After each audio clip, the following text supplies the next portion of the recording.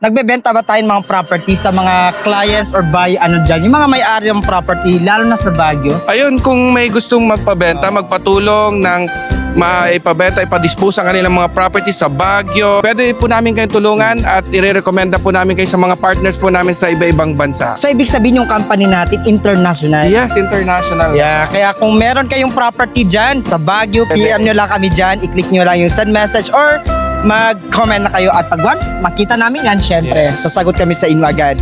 And ang maganda rin sa natin, di ba, kasi nga talagang tulungan tayo dito. Yes, marami Yeah. po kaming tutulong po na para maibenta, ma-dispose po yung property. So hindi lang tayo, no? International ang pwede magbenta ng properties mo. Yan, sa Canada, sa Las Vegas, sa buong states ng US, sa Portugal, o sa iba-iba pang bansa, sa Spain, pwede rin po namin kayo. May mga partners po tayo dyan na pwedeng tumulong sa inyo para mabenta ang kanyang property. Kaya ano pang hinihintay mo? Comment na or mag-message ka na para ma-check natin agad yung property mo. See you and God bless. Okay.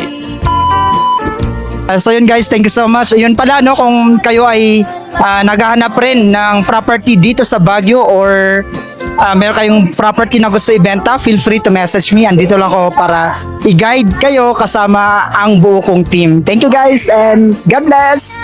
The Realty One Group Mart Pro